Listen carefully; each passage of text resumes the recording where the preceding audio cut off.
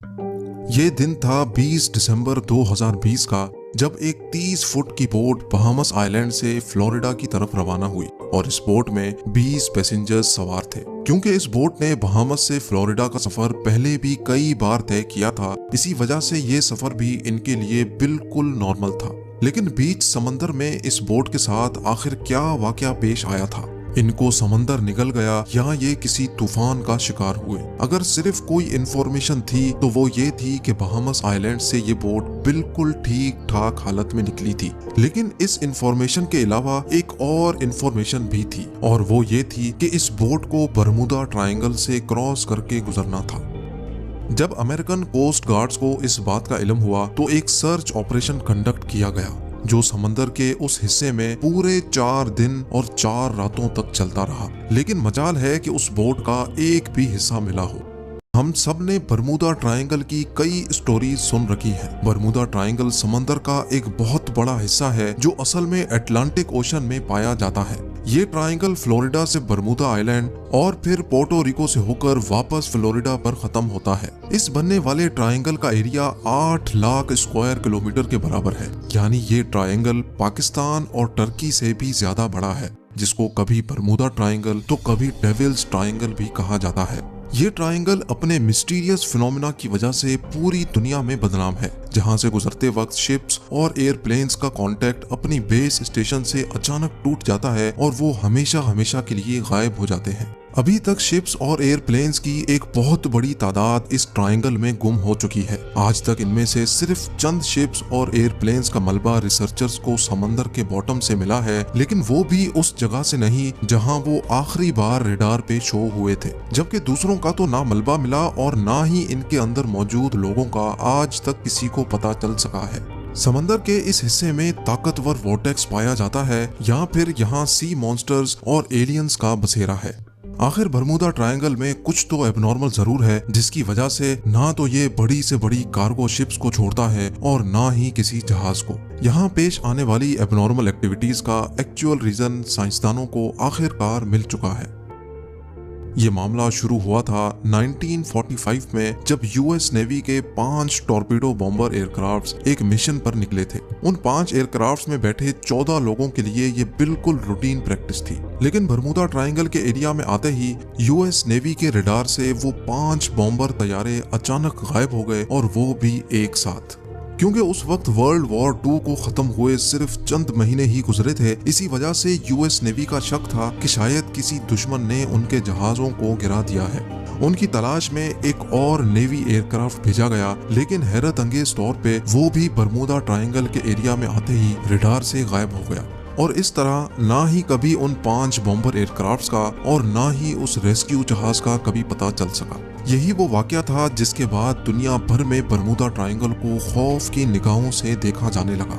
लेकिन इस वाकये से तकरीबन 10 साल पहले कुछ ऐसा ही सीन एक और जहाज के साथ हुआ था, लेकिन खुशकिस्मती से वो अपनी जान बचाने में कामयाब हो गए थे।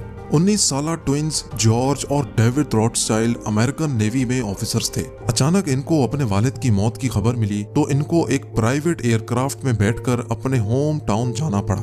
अभी जहाज को बरमूडा ट्रायंगल के समंदर के ऊपर पहुंचे सिर्फ 20 मिनट ही गुजरे थे कि पायलट ने इनको बताया कि जहाज के तमाम इंस्ट्रूमेंट्स काम करना छोड़ गए हैं। ना ही पायलट को फ्यूल का अंदाजा था, ना ही उसका रेडियो काम कर रहा था, और ना ही उसको ये मालूम था कि इस वक्त वो किस डायरेक्शन में जा रहा है। इन दोनों भाइयों का कहना था कि इतनी ऊंचाई से भी हमें ना ही कोई शिप नजर आ रही थी और ना ही जमीन का छोटा सा भी हिस्सा। दूर दूर तक सिर्फ पानी और सिर्फ पानी नजर आ रहा था। इतने में पायलट के पसीने छूटना शुरू हो गए और वो बेहोश हो गया। लेकिन खुशकिस्मती थी कि जहाज में को पायलट भी मौजूद था, जिसने जहाज का कंट्रोल संभाल लिया, और चंद घंटों की इस खौफनाक परवाज के बाद आखिरकार उनको जमीन नजर आ गई, जहां जहाज को इमरजेंसी लैंड कर लिया गया। कई सालों के बाद जब बरमूडा ट्रायंगल अपने मिस्टीरियस वाकयात की वजह से मशहूर हुआ, तब इन दोनों भाइयों को पता चला कि ये खुद इस चीज का शिकार हुए थे और खुशकिस्मती से बच भी गए। 2015 में एल्फारो नाम की एक कार्गो शिप फ्लोरिडा से प्योर्टो रिको जा रही थी, जो 1 अक्टूबर 2015 वाले दिन रडार से गायब हो गई। यूएस कोस्ट गार्ड्स और एयरफोर्स ने एक कंबाइंड सर्च ऑपरेशन किया और पूरे 1 महीने की सर्च के बाद एल्फारो सतह समंदर से 15,000 फीट नीचे समंदर के बॉटम पर पाई गई। शिप के कैप्टन से जब आखिरी कांटेक्ट हुआ था तब ऐसा लग रहा था जैसे शिप में पानी आ चुका है और वो एल्फारो से होने वाला आखिरी कांटेक्ट था। 23 फेब 2017 को टर्किश एयरलाइंस का एक जहाज फ्लाइट TK-183 क्यूबा के शहर हवाना में लैंड करना था और इसी वजह से उसको बरमूदा ट्रायंगल के ऊपर से गुजरना पड़ा। लेकिन अचानक पायलट ने कंट्रोल टावर को रिपोर्ट किया कि जहाज बिल्कुल एबनॉर्मल बिहेव कर रहा है, जिसकी वजह से पायलट ने फौरन जहाज का रुख बदल दिया और हवाना के बजाय डॉलेस एयरपोर्ट पर जहाज को लैंड कराकर 440 पैसेंजर्स की जान बचा दी। इस तरह के और कई इंसिडेंट्स बरमूदा ट्रायंगल की हदूद में पेश आ चुके हैं। कई तो इंसिडेंट्स रिपोर्ट हुए जिनकी लिस्ट विकिपीडिया पर मौजूद है, लेकिन चंद इंसिडेंट्स तो ऐसे भी थे जो आज तक कभी रिपोर्ट नहीं हुए। 1967 में क्रिसमस वाले दिन एक अमेरिकन बिजनेसमैन जिसका नाम बुर्राक था अपनी लग्जरी यॉट में मियामी बीच की सैर को निकला।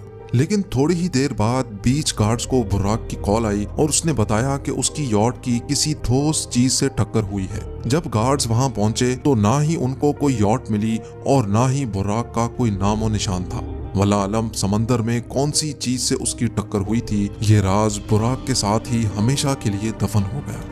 बरमूदा ट्रायंगल की रोंगटे खड़े करने वाली मिस्ट्रीज हर नए वाक़े के बाद एक बार फिर से लोगों के जहनों में ताज़ा हो जाती हैं और हर बार की तरह इस मिस्ट्री का जवाब तलाश करने के लिए साइंसदानों की खोज एक बार फिर से शुरू हो जाती है। लेकिन इस बार साइंसदानों ने कुछ ऐसे ठोस सबूत तलाश किए हैं जिससे जाहिर होता है कि शायद वाकई ये मिस्ट्री अब सॉल्व हो चुकी है। यूनिवर्सिटी ऑफ कोलोराडो से ताल्लुक रखने वाली एक अमेरिकन साइंटिस्ट की टीम ने सैटेलाइट से बरमूदा ट्रायंगल की कड़ी जांच की, जिसमें उनको कुछ ऐसा देखने को मिला जो शायद आज से पहले किसी ने भी नहीं देखा था। उन्होंने नोटिस किया कि बरमूदा ट्रायंगल के ऊपर कुछ ऐसे क्लाउड्स बन रहे हैं जो ना ही स्क्वायर हैं और ना ही सर्कल, बल्कि ये क्लाउड्स हेक्सागोन की शक्ल जैसे हैं और इनका साइज 88 किलोमीटर जितना बड़ा होता है। एक्सपर्ट टीम का मानना है कि शायद ये क्लाउड्स कोई आम क्लाउड्स नहीं बल्कि ये एयर बॉम्ब क्लाउड्स हैं। यानी जब ये अजीब किस्म के बादल बनते हैं तो इनके नीचे बहुत ही तेज हवा के झोंके चलते हैं जिनकी स्पीड 250 किलोमीटर पर आवर तक पहुंच सकती है।